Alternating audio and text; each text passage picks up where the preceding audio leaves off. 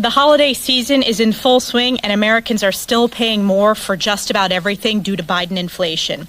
The skyrocketing price of goods, travel, and services will make this the most expensive Christmas in history. And yet here we are with Democrats controlling government in the final hours trying to keep the lights on in one-party rule. They have failed to do their most basic duty to govern.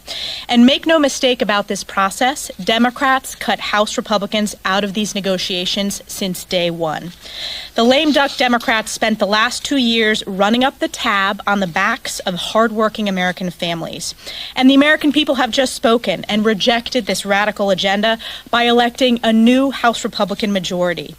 As the clock runs out on Democrats' one-party rule in Washington, House Republicans will hold the line. We will oppose Democrats' spending wish list that pushes trillions of taxpayer dollars to fund their far-left radical agenda. In just 20 days, House Republicans will have the gavel and end the left's reckless spending, fueling this historic and painful inflation crisis. On day one in the majority, we will start reining in the Biden administration and deliver on our commitment to America.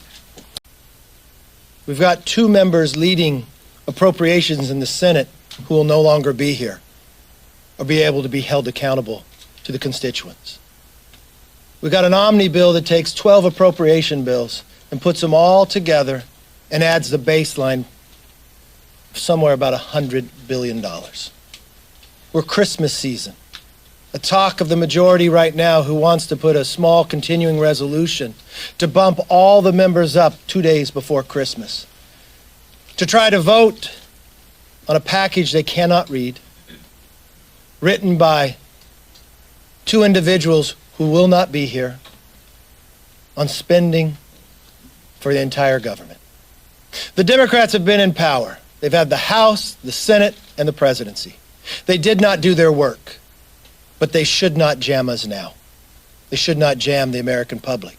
We cannot afford it. We should not move a short-term CR. We should move one further into the new year.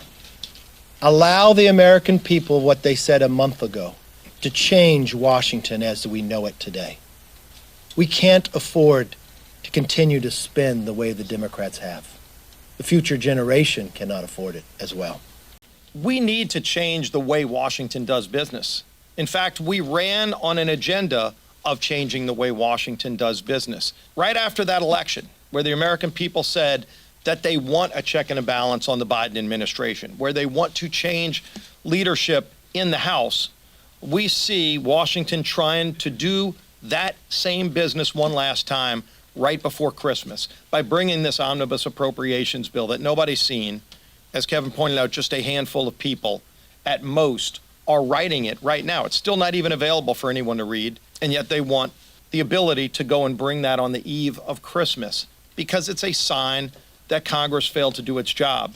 The Democrat House, the Democrat Senate, the Democrat White House, all year to get funding taken care of by September 30th.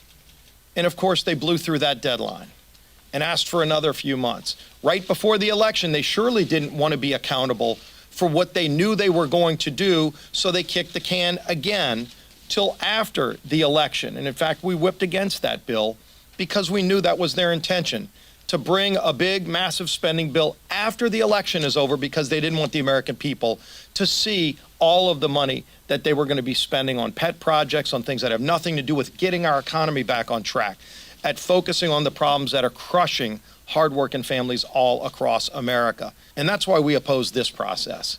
We have to make Congress be more accountable. We have to make Congress do its job on time again. This is not the way to do business. We need to scrutinize the billions and trillions of dollars. Just look at Joe Biden's 2 years. He's spent about $10 trillion on things like paying people not to work. People are fed up with all the waste that's going on, and then they don't have the ability to even see a bill before it's brought to the House floor. This has to change. We're going to change it, but they shouldn't do this on their last gasp right out the door before Christmas. And so that's why we're opposing this approach. Every month, when American families sit down to pay their bills, they feel the crushing weight of inflation and the out-of-control spending from Washington that is driving that inflation. They know every month that as they look to the future of their family, that their future economic security is at threat, is at risk as a result of the out-of-control spending. This omnibus represents continued out-of-control spending in Washington. They also know every time they turn on their television and continue to see people pour over our border, that the administration's failure to secure our border is a national security risk. With fentanyl, human smuggling, the cartels, the risk to our nation as a result of the things that are not funded in this bill also put us at risk. So I will oppose this bill, and I would encourage others also, because of what it does to American families and their economic security, but also what it fails to do to protect our national security.